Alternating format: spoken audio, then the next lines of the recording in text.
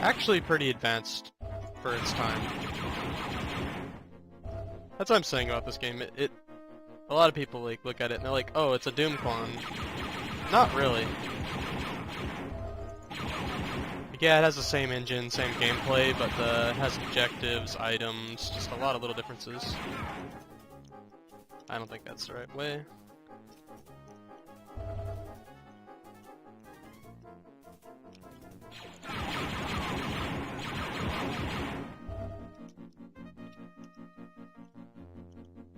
For the awkward silence, because I can't think of anything to say. Other than the game is cool. But yeah, I used to be a big Star Wars kid. As I grew up, I kind of grew out of Star Wars. Mostly I didn't like the prequels that much. And as much as I like the new films, there is something I don't like about them. I don't know how to explain it. They just feel very, I don't know. They feel like they just play into like what fans want, and they're not necessarily their own thing. They feel very like I've seen it before.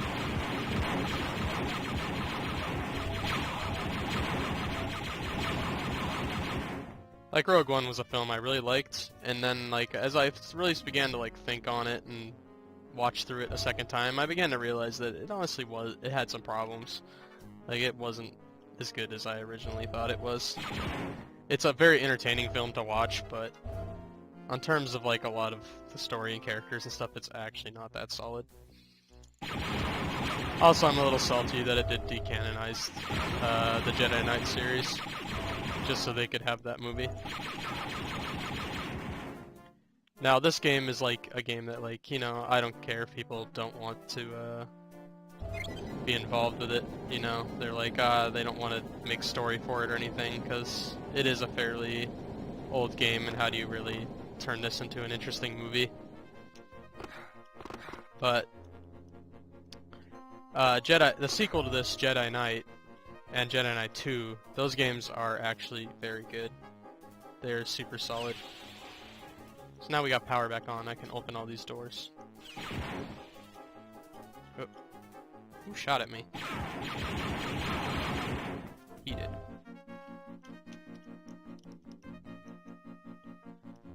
Alright, I believe if I can activate a bridge over here.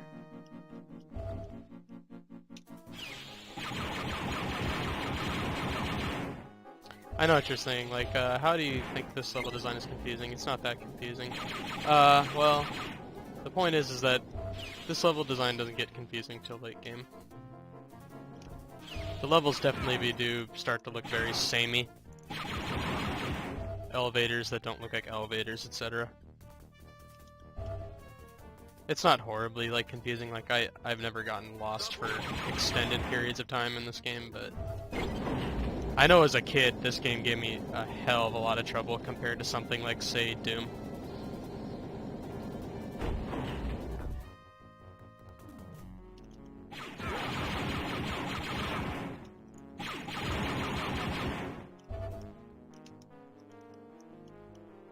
I think this is a secret area, I'm not sure.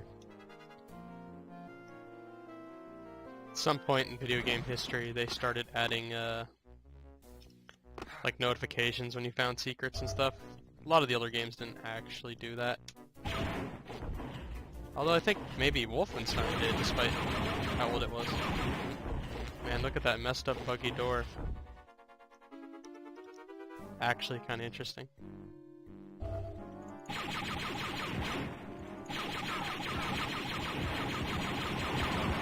You see these kind of interesting things in custom Doom maps all the time, but like, to have this being like a retail release is kind of cool. Just buggy doors, just interesting level design. I'm not hating on Doom. By the way, Doom is fantastic, and maybe I'll play through it. Man, I might need to turn down sound volume. Sound volume. It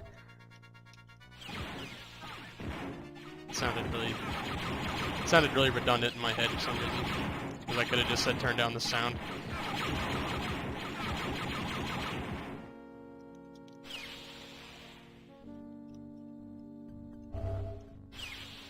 You there, stop Stop where you are.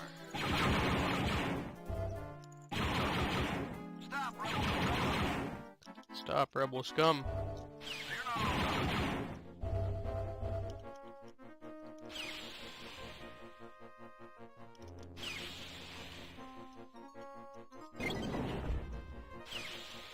Oh, head kits.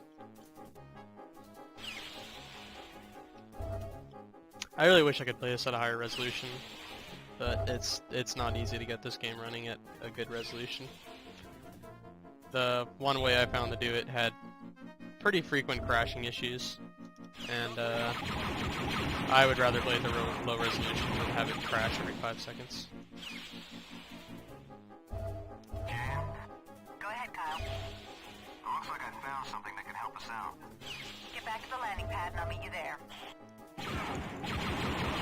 So that was the weapon of the new quote-unquote Dark Trooper, who is not really that mysterious considering it was kind of spoiled that they exist in a cutscene. It's basically just a heavily armored stormtrooper with big guns, and they kill everybody. That's what they do.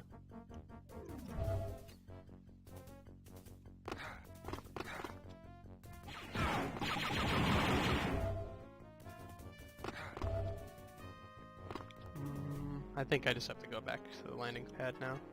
And I have to remember to exit through the menu to the next stage, instead of standing around like an idiot.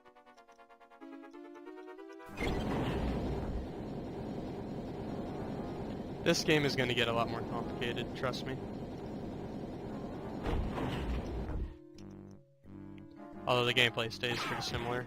You do get more advanced enemies and new weapons and stuff though, so it doesn't stay stale forever.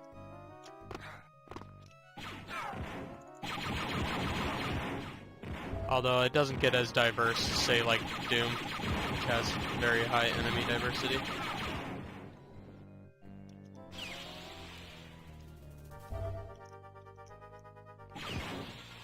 Who's shooting at me? Wait, is this a thing? I thought that was a secret thing.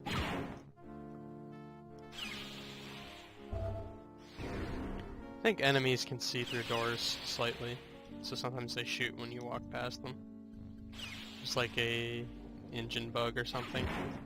Or maybe it was someone up here. I don't really care who's doing it.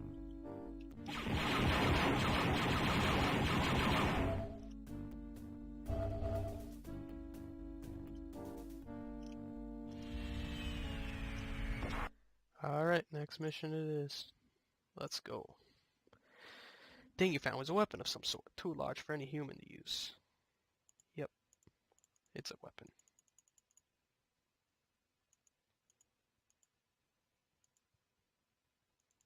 Alright, so we have to find this dude.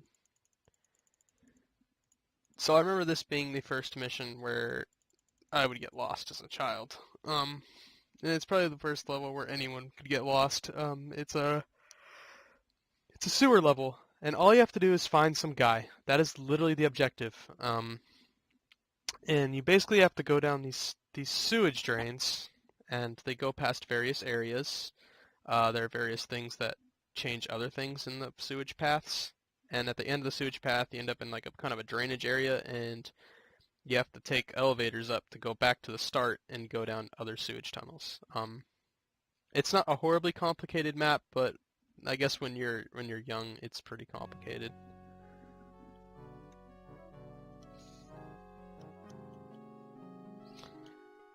Doesn't look like the ship's flying away. That's cool. I think it does fly away eventually. So this is the Raven's Claw, by the way. That's the name of the ship. You can actually buy little figurines of it now, and yeah, I've really debated buying them because it's a cool ship. And it's the old Raven's Claw too. They have a new version of the Raven's Claw as well that was from Jedi Knight 2, but the old one is just, it's iconic in my opinion. Although not everyone has played this game. Okay, so this is how the level starts, is over there. I'm gonna do a quick lookout. Okay, so the idea, I believe this is where you come back up Oh, this is just supplies and stuff. This game makes sure that you're adequately prepared for stuff. They give you a lot of ammo and health and stuff. Ooh, flashlight. There it goes. What is shooting at me? Okay, so you have this gate control button, and it opens these doors. And it just kind of lines up with them, so it's pretty easy to know which one you have open. And you just go down the sewage tunnels and you look for shit, because you're looking for a guy hiding down here in the sewers. And here we have the, what do they call these? Thermal detonators. They're the grenades of the game. They're pretty cool. I think this is a secret. Yeah. Okay. And there are also enemies hiding in this sewage. I believe they're based on the monster and the crap in the trash compactor in the movie. There's the little training droids that Luke used. They're an enemy.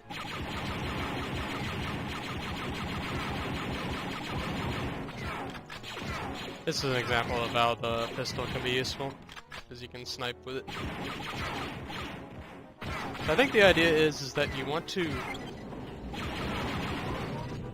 to continually get back to this room, and by pressing certain switches you raise the level of the crap in here, and I think that spot over there is where you inevitably want to get to. Like, that is where you need to go, if I recall correct. So there are enemies in the sewage. They operate similar to the water enemies in Hexen. They just kind of pop out and attack.